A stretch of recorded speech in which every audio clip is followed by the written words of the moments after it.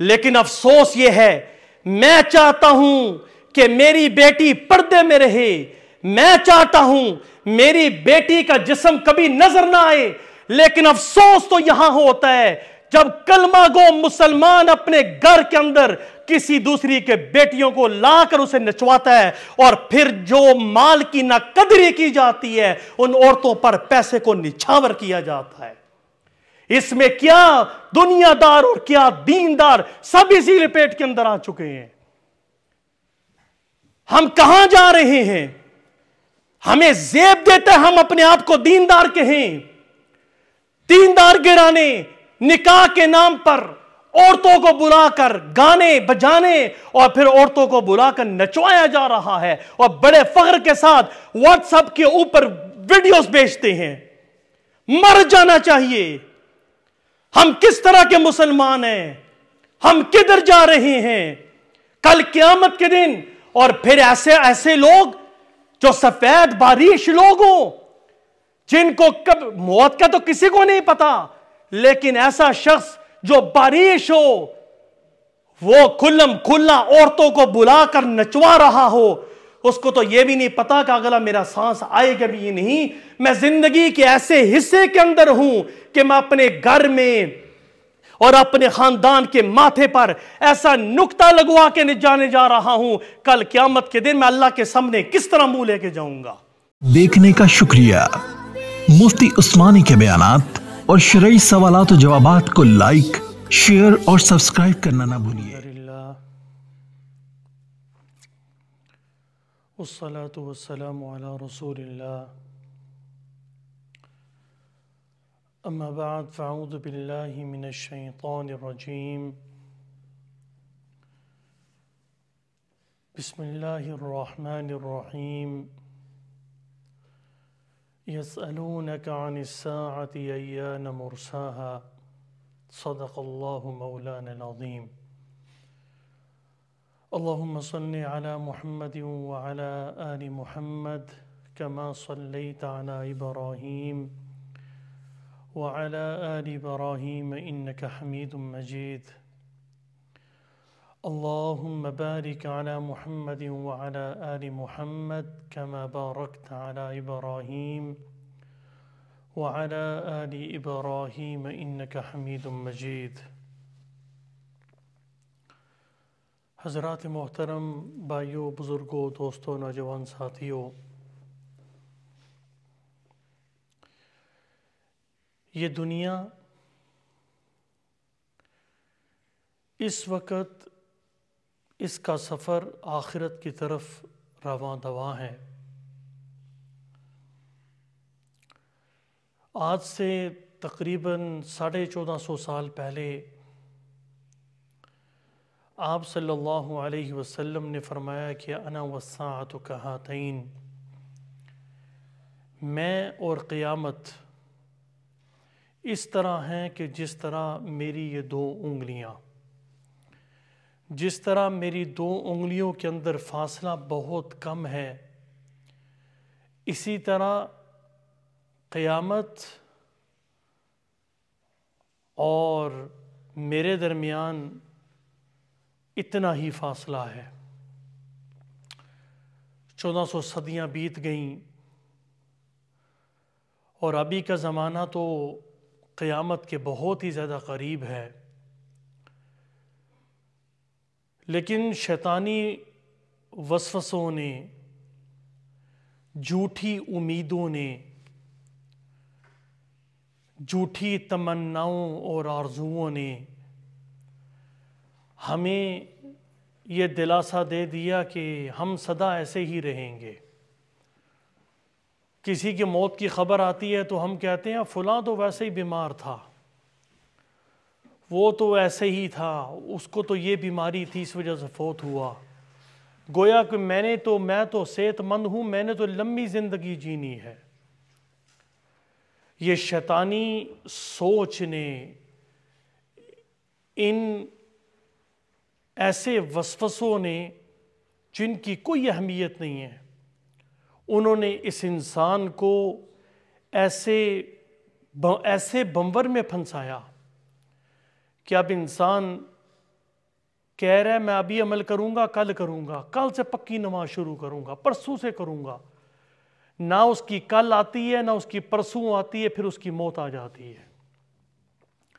اللہ، اس لیے میرے بھائیوں اس زندگی کو قیمتی سمجھیے۔ آپ صلی اللہ علیہ وسلم نے قیامت کی کچھ نشانیاں بیان فرمائی ہیں۔ ان قیامت کی نشانیوں میں ایک بڑی نشانی آپ نے بیان فرمائی کہ جب مال غنیمت کو ذاتی مال سمجھا جائے گا،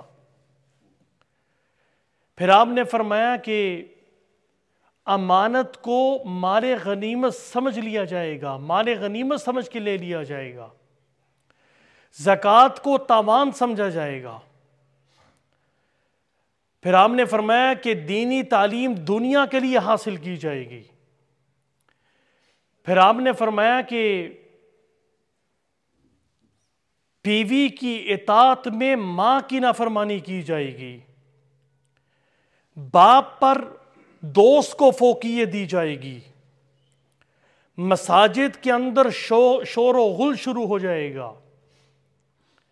پھر آپ نے فرمایا کہ گانے بجانے والے عام ہو جائیں گے، گانے کی اشیاء سامان عام ہو جائیں گے۔ پھر آپ نے فرمایا کہ شرابیں عام ہو جائیں گی، نشہ آور چیزیں عام ہو جائیں گی، اور آپ نے فرمایا کہ میری امت کا اخیر حصہ، میری امت کے اخیر لوگ اپنے پہلے والے نیک لوگوں پر لان تان کریں گے، ان پر لعنت بھیجیں گے، ان کو گالیاں دیں گے۔ اور آپ نے فرمایا کہ قبیلے کا سردار فاسق ہوگا، قوم کا جو سردار ہوگا وہ رذیل انسان ہوگا۔ جب یہ علامات تمہارے سامنے آئیں تو پھر سرخ آندھیوں کا انتظار کرو، پھر اللہ کے عذاب کا انتظار کرو۔ میرے بھائیوں، ان کی تشریح میں جانے سے پہلے چند تمہیدی باتیں کہنا چاہتا ہوں۔ علامہ امام ترمذی رحمۃ اللہ تعالی علیہ نے اس حدیث کو علامات قیامت کے باب کے اندر ذکر کیا ہے۔ صاحب مشکات نے بھی اسے قیامت کے نشانیوں کے باب کے اندر اسے ذکر کیا ہے، اور علماء کا یہ کہنا ہے کہ یہ نشانیاں قیامت کی نشانیوں میں سے ہیں۔ اب ایک اور بات کی وضاحت سن لیجئے۔ بہت سارے لوگ یہ کہتے ہیں کہ بھائی جب ان عذابوں نے قرب قیامت آنا ہے، سرخ آندھیاں بھی آئیں گی، شکلیں بھی مسخ ہوں گی، شکلیں سور اور بندر جیسے ہو جائیں گی، جب یہ سارا کچھ ہونا ہی ہے تو پھر گناہ سے تو کوئی مفر نہیں ہے، گناہ سے ہم بھاگ نہیں سکتے، جب یہ ہونا ہی ہونا ہے تو بھائی عذاب کا دینا رب کے ہاتھ میں ہے، لیکن کون سی چیزیں، کون سے محرکات، کون سے اسباب ان عذابوں کو دعوت دیں گے، ان پر کنٹرول کرنا یہ ہمارے اختیار کے اندر ہے۔ میں اس کی مثال دیتا ہوں۔ زہر کھانا، زہر کھانے سے موت واقع ہونا یہ رب کے ہاتھ کے اندر ہے۔ انسان کا اس موت پر کوئی کنٹرول نہیں ہے، لیکن کون بے وقوف یہ کہہ سکتا ہے کہ زہر کھانے کا جو عمل ہے یہ جائز ہے؟ وہ تو خودکشی ہے۔ تو زہر کھانے کا جو عمل ہے اس پر کنٹرول کرنا یہ ہمارے اختیار کے اندر ہے، یہ ہمارے کنٹرول میں ہے کہ ہم خودکشی نہ کریں۔ اب اس خودکشی کرنے کی پاداش میں جو موت آتی ہے وہ اللہ کا امر ہے۔ تو یہ جو عذاب قرب قیامت آئیں گے وہ تو اللہ کے اختیار کے اندر ہیں، لیکن ان عذابوں کو دعوت دینے والے، ان عذابوں کو لانے والے اسباب اور گناہ وہ کون سے ہیں، ان گناہوں سے بچنا ہمارے اختیار کے اندر ہے۔ اگر ان گناہوں سے بچنا ہمارے اختیار میں نہ ہوتا تو پھر اللہ رب العزت ان سے بچنے کا حکم کس طرح ہمیں دے سکتے تھے؟ گناہ کیسے کہتے ہی اسے ہیں کہ جو انسان اپنے ارادے سے کرے، اپنے اختیار سے کرے، اسے گناہ کہتے ہیں۔ جو بے اختیار انسان سے کوئی کام ہو جائے وہ گناہ نہیں ہوتا۔ لا یکلف اللہ نفسا الا وسعها۔ اللہ رب العزت نے انسان پر اتنا بوجھ ڈالا ہے جتنا وہ کنٹرول کر سکتا ہے، اس سے زیادہ اللہ نے بوجھ نہیں ڈالا۔ تو لہٰذا یہ شیطانی وسوسہ ہے کہ بھائی جب یہ عذاب آنے ہی ہیں تو پھر اس سے بچنے کی کیا ضرورت ہے؟ ان گناہوں پر کنٹرول کرنا ہمارے اختیار کے اندر موجود ہے۔ نمبر ایک چیز آپ صلی اللہ علیہ وسلم نے فرمایا، جب مال غنیمت کو، مال فی کو اپنی ذاتی ملکیت سمجھ لیا جائے گا۔ فی کا مال وہ ہوتا ہے کہ جو کفار سے جنگ کیے بغیر حاصل ہو جائے، جس طرح جزیہ لیا جاتا ہے، جس طرح عشر لیا جاتا ہے۔ تو یہ مال آپ کو بغیر کفار سے لڑے مل جائے۔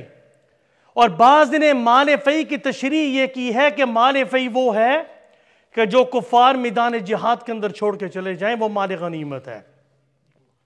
ما افاء اللہ علی رسولہ من اہل القری فللہ وللرسول ولذی القربى والیتامى والمساکین وابن السبیل کی لا یکون دولۃ بین الاغنیاء۔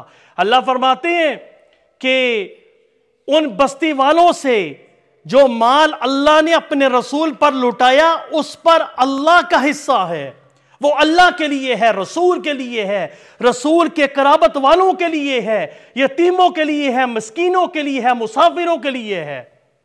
اس آیت کے اندر اللہ کو اس مال کا جو حصہ دار قرار دیا گیا وہ اللہ کی ملکیت کی حیثیت سے ہے۔ آپ صلی اللہ علیہ وسلم کی رحلت کے ساتھ، آپ کی وفات کے ساتھ اس کا حصہ ختم ہو گیا، اور آپ کے رشتہ داروں کو مال فی میں جو حصہ ملتا تھا وہ اس لیے ملتا تھا کہ وہ آپ کی مدد و نصرت کیا کرتے تھے۔ جب آپ نہ رہے اس دنیا کے اندر تو وہ مدد آپ کی انہوں نے نہیں کی، اب ان کا بھی حصہ ختم ہو گیا۔ اب صرف اس کے اندر 3 حصے باقی ہیں، یتیموں کے، محتاجوں کے اور مسافروں کے حصے باقی ہیں۔ اور اللہ فرماتے ہیں کہ یہ اس لیے بیان کیے جا رہے ہیں تاکہ مال فی کے مالک دولت مند لوگ نہ بن جائیں۔ اور وسیع کانٹیکس کے اندر اگر اس چیز کو بیان کیا جائے کہ غریبوں کا مال، کیونکہ بعض علماء نے مال فی کی تشریح یہ کی ہے کہ وہ مال جو بیت المال کے اندر مسلمانوں کا جو مال پڑا ہو اسے مال فی کہتے ہیں، کہ اگر کسی غریب کا مال ہے بیت المال کے اندر کسی طریقے سے بھی اگر حاصل ہوا ہے، اگر بیت المال کے منتظمین نے غریبوں تک نہ پہنچایا، وہ اسی وعید کے اندر شامل ہیں، ان کے نہ پہنچانے کی وجہ سے اللہ کا عذاب آئے گا۔ غریب لوگ ہیں، ان کے پاس مال ہے، جو طاقتور لوگ ہیں ان کا مال کھینچ رہے ہیں، وہ بھی اس وعید کے اندر شامل ہوں گے۔ آپ صلی اللہ علیہ وسلم نے فرمایا کہ صحابہ کو مخاطب کر کے، تم میں سے کل قیامت کے دن میں کسی شخص کو ایسا نہ دیکھوں کہ اس کے کندھے پر، اس کی گردن پر بکری ہو، اس کے کندھے پر یا اس کی گردن پر اونٹ ہو، اس کی گردن پر سونا چاندی ہو، اس کی گردن پر اور چیزیں ہوں، کپڑے ہوں۔ مطلب یہ ہے کہ اگر کل قیامت کے دن آپ صلی اللہ علیہ وسلم نے فرمایا کہ جس چیز کو دنیا کے اندر اس نے دبایا ہوگا کسی کی چیز کو، تو آپ علیہ السلام نے فرمایا کل وہ چیز اس کی گردن پر ہوگی، اور وہ مجھے کہے گا اے اللہ کے رسول میری سفارش کیجیے۔ آپ نے فرمایا کہ میں اللہ کے ہاں اس کی سفارش کرنے سے معذرت کرتا ہوں، میں کل قیامت کے دن اس کی سفارش نہیں کر سکوں گا۔ اور آپ علیہ الصلوۃ والسلام نے فرمایا کہ جس آدمی نے ایک بالش زمین کسی کی دبائی، 7 زمینوں کا توق اس کے گلے کے اندر ڈالا جائے گا۔ اور دوسری روایت کے اندر آتا ہے، آپ نے فرمایا کہ کچھ ایک قوم کو قبروں سے نکالا جائے گا قیامت کے دن، ان کے منہ سے آگ کے شعلے نکل رہے ہوں گے اللہ، اور ان کے پیٹوں سے آگ نکل رہی ہوگی۔ صحابہ نے پوچھا کہ اللہ کے رسول یہ کیا معاملہ ہے؟ آپ نے فرمایا کہ ان الذین یاکلون اموال الیتامی ظلما انما یاکلون فی بطونہم نارا۔ تم نے اللہ کا یہ کلام نہیں پڑھا کہ جو لوگ یتیموں کا مال کھاتے ہیں وہ یتیموں کا مال نہیں کھا رہے بلکہ جہنم کی آگ کو اپنی پیٹوں میں ڈال رہے ہیں۔ کل قیامت کے دن ان کے منہ سے آگ کے شعلے نکل رہے ہوں گے اور ان کے پیٹوں سے آگ بری ہوئی ہوگی۔ اللہ اکبر۔ تو اس لیے دنیا کے اندر اگر کسی کا مال لیا ہے، کسی کے ساتھ کوئی معاملات ہیں، تو مرنے سے پہلے اسے سیدھا کر لیجئے، ورنہ پھر دنیا کے اندر تو اگر عذاب اللہ کی مشیت سے آیا نہ آیا لیکن اخروی عذاب کا وہ مستحق ہوگا۔ نمبر 2 چیز آپ نے فرمایا کہ امانت کو وہ مال غنیمت سمجھ لے گا۔ جس طرح مال غنیمت حلال ہے، وہ امانت جو اسے دی گئی ہے وہ اسے حلال سمجھے گا۔ امانت کسے کہتے ہیں؟ کہ جو چیز کسی دوسرے کے ذمے عائد ہوتی ہے۔ خیانت کسے کہتے ہیں؟ کمی کرنا، کوتاہی کرنا۔ اللہ فرماتے ہیں اِنَّا عَرَضْنَا الْأَمَانَةَ عَلَى السَّمَاوَاتِ وَالْأَرْضِ وَالْجِبَالِ فَأَبَيْنَ أَن يَحْمِلْنَهَا وَأَشْفَقْنَ مِنْهَا وَحَمَلَهَا الْإِنسَانُ۔ ہم نے زمین و آسمان اور پہاڑوں پر امانت کو پیش کیا، انہوں نے اس بوجھ کو اٹھانے سے انکار کیا، اور حضرت انسان نے امانت کے بوجھ کو اٹھانے کا اعتراف کر لیا۔ اب جب اس نے اعتراف کر لیا، سو وسیع کانٹیکس کے اندر اس کے ذمے اللہ کے حقوق ہیں کہ تم نے نماز پڑھنی ہے، زکوٰۃ دینی ہے، حج کرنا ہے، تم نے یہ کام کرنے ہیں۔ اگر یہ شخص نماز نہیں پڑھے گا تو یہ امانت کے اندر خیانت کرنے والا ہوا، روزہ نہیں رکھے گا تو امانت کے اندر خیانت کرنے والا ہوگا۔ اور اس حدیث کے اندر مالی خیانت کا ذکر ہے، لیکن وسیع کانٹیکس کے اندر اگر اسے دیکھا جائے تو امانت کے اندر خیانت دوسری تمام امور کے اندر وہ شامل ہوگی کہ جو اللہ کے حقوق سے وہ بستا ہے۔ اللہ اکبر۔ آپ صلی اللہ علیہ وسلم کی بڑی عجیب حدیث ہے۔ آپ نے فرمایا کل قیامت کے دن ایسے شخص کو بلایا جائے گا کہ جس نے امانت میں خیانت کی ہوگی، اسے کہا جائے گا امانت واپس کرو۔ اللہ، دنیا تو ختم ہو چکی ہے، میں امانت کیسے واپس کروں؟ جہنم کے بیچوں بیچ گہرائی کے اندر اسے کوئی چیز امانت والی دکھائی جائے گی۔ اللہ فرمائیں گے وہ جو جہنم کی گہرائی کے اندر وہ چیز ہے اسے اٹھا کے لاؤ، اسے اٹھا کے لاؤ۔ وہ جہنم کی وادی میں جاتا جائے گا۔ جب اس چیز کے پاس پہنچے گا تو وہ اپنے دل میں کہے گا میں اسے اٹھانے میں کامیاب ہو گیا، تو وہ اسے اپنے کندھے پر رکھے گا۔ اتنا وزن ہوگا کہ آپ صلی اللہ علیہ وسلم نے فرمایا کہ ایک پہاڑ جیسا وزن اس کے کندھوں پر ہوگا، وہ اسے اٹھا نہیں سکے گا، جہنم کی گہرائی کے اندر وہیں پڑا رہے گا۔ یا ایھا الذین آمنوا لا تخونوا اللہ والرسول وتخونوا اماناتکم وانتم تعلمون۔ تو آپ صلی اللہ علیہ وسلم نے دوسری چیز یہ بیان فرمائی کہ جب امانت کو مال غنیمت سمجھ لیا جائے گا، پھر آپ نے فرمایا کہ جب زکوٰۃ کو تاوان سمجھا جائے، زکوٰۃ کو ٹیکس سمجھا جانے لگے، اس وقت سرخ آندھیوں کا اور عذابوں کا انتظار کرو۔ جس مال کو ہم نے کمایا اس میں سے اللہ نے حصہ رکھا ہے غریبوں کے لیے۔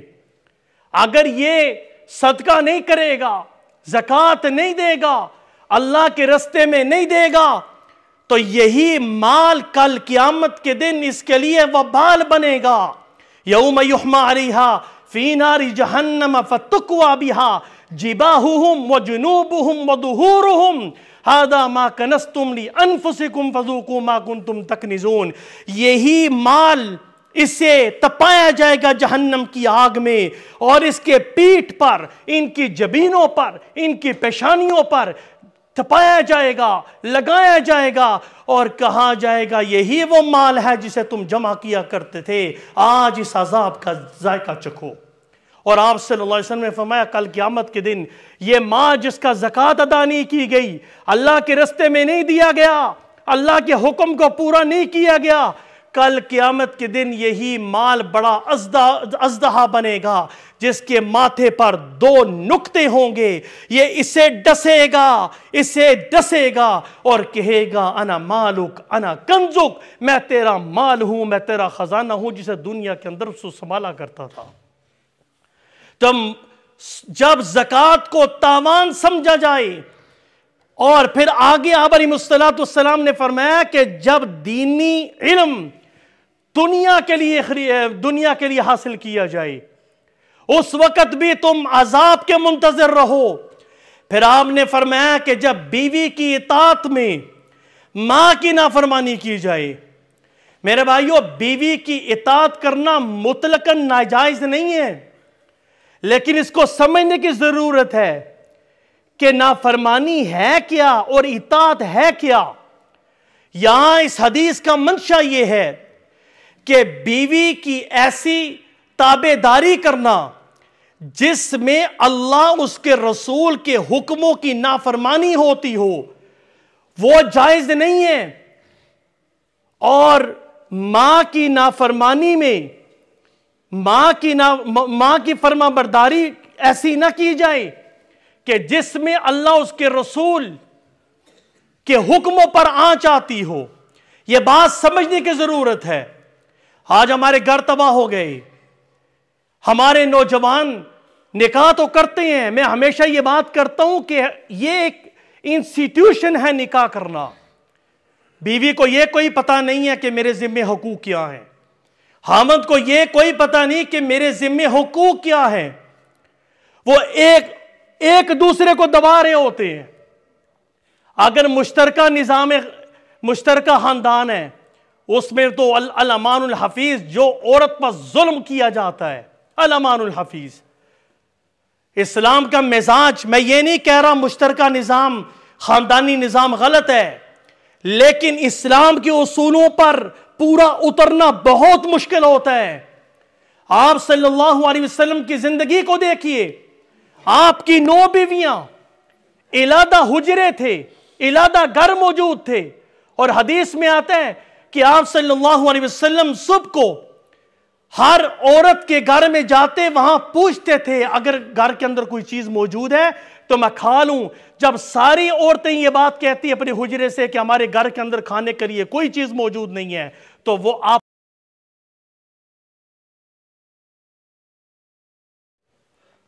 بعد میں جب اللہ نے وسعت دی اور بنو نذیر کا جو باغ تھا وہاں سے آمدنی آنی شروع ہوئی، تو پھر آپ صلی اللہ علیہ وسلم نے تمام امہات المومنین کے درمیان مال کو تقسیم کیا جو پورے سال کے لیے کافی ہوا کرتا تھا۔ حضرت علی رضی اللہ تعالیٰ عنہ کا جو نکاح ہے حضرت فاطمہ الزہرا رضی اللہ تعالیٰ عنہ سے پہلے، آپ کی سکونت اور رہائش آپ علیہ السلام کے ساتھ ہوا کرتی تھی نکاح سے پہلے۔ جب رسول اللہ صلی اللہ علیہ وسلم نے آپ کا نکاح کیا حضرت علی کے ساتھ، یعنی حضرت فاطمہ کا نکاح کیا حضرت علی کے ساتھ، ان دونوں کو منتقل کر دیا دوسرے گھر کے اندر۔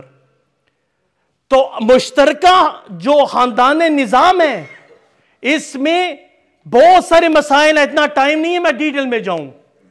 تو ایک تو چیز یہ ہے کہ آپ صلی اللہ علیہ وسلم نے فرمایا کہ بیوی کی اطاعت میں ماں کی نافرمانی کی جائے گی۔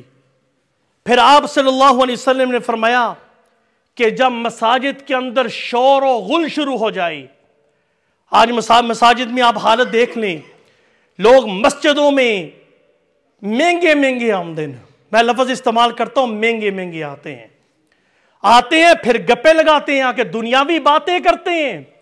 یہ قیامت کی نشانیوں میں سے ہے کہ لوگ مساجد کے اندر گپے لگائیں گے، خوش گپیاں کریں گے، انجوائمنٹ کریں گے، مسجد کے اندر آ کر دنیاوی باتیں کریں گے، شور و غل کریں گے۔ یہ قیامت کی نشانیوں میں سے ہے۔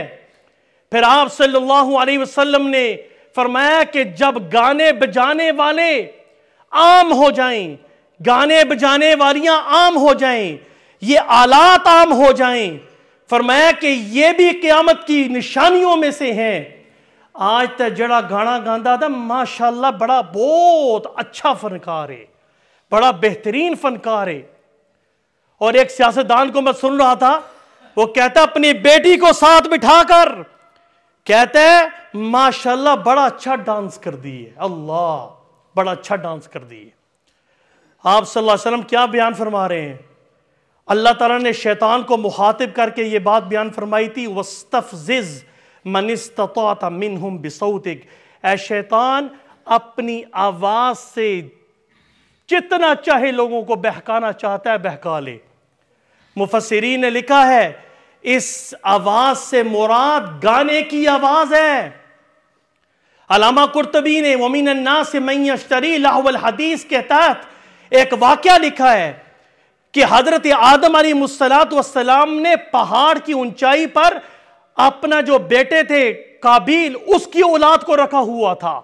پہاڑ کے نچلے حصے پر قابیل کی اولاد کو رکھا تھا جس میں حسین عورتیں بھی تھیں۔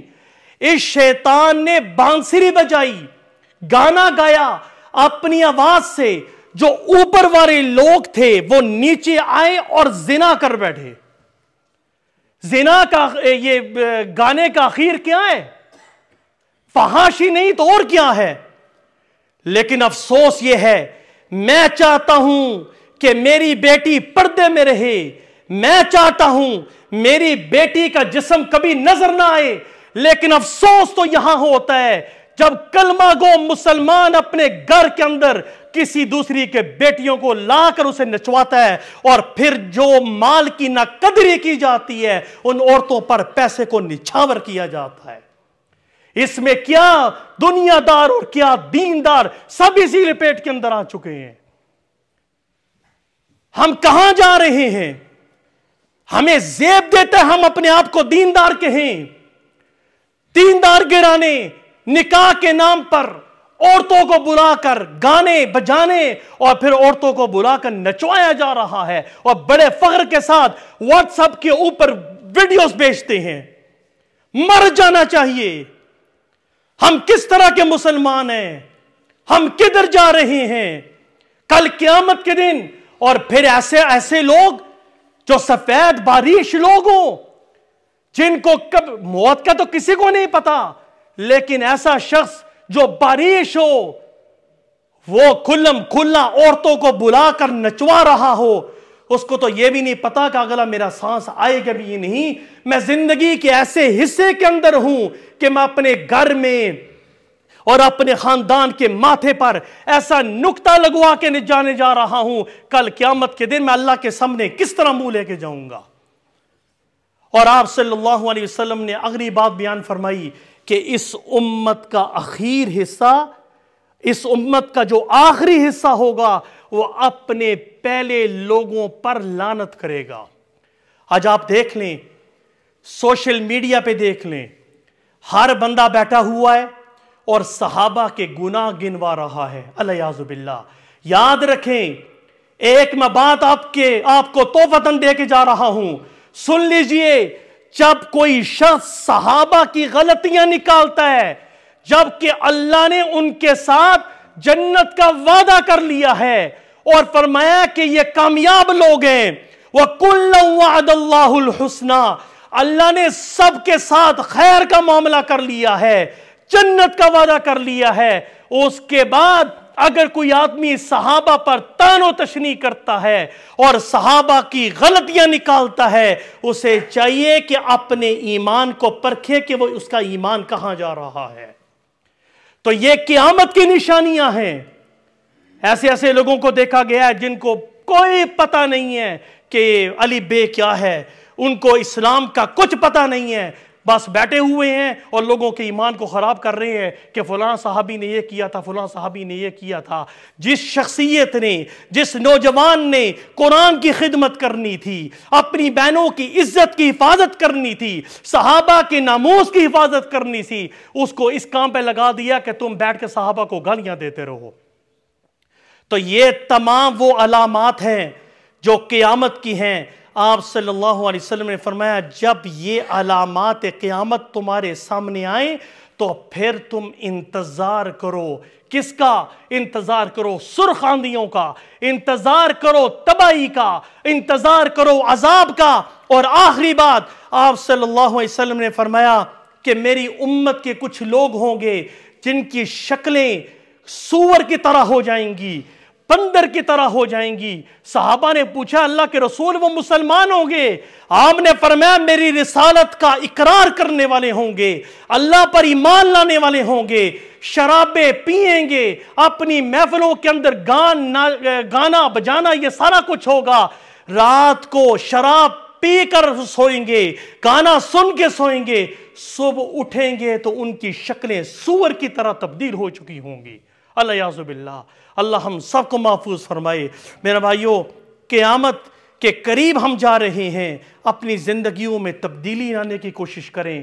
ہر روز موتیں ہو رہی ہیں، ہمیں میسج دیا جا رہا ہے تیاری کرو، جب سفید بال آ جائیں اس کے بعد کوئی منزل نہیں ہے، ہماری منزل قبر ہے۔ موت سے یاد رکھیے، اگر آپ کی موت ہو جائے اور اگر اللہ راضی ہے سو موت سے بہترین کوئی تحفہ نہیں ہے، لیکن کل قیامت کے دن اگر آپ کی ملاقات اللہ کے ساتھ اس حالت میں ہو کہ رب آپ سے ناراض ہو، خدا کی قسم موت سے بڑا کوئی وبال نہیں ہے۔ اللہ ہم سب کو عمل کرنے کی توفیق عنایت فرمائے۔ وآخر دعوانا ان الحمدللہ رب العالمین۔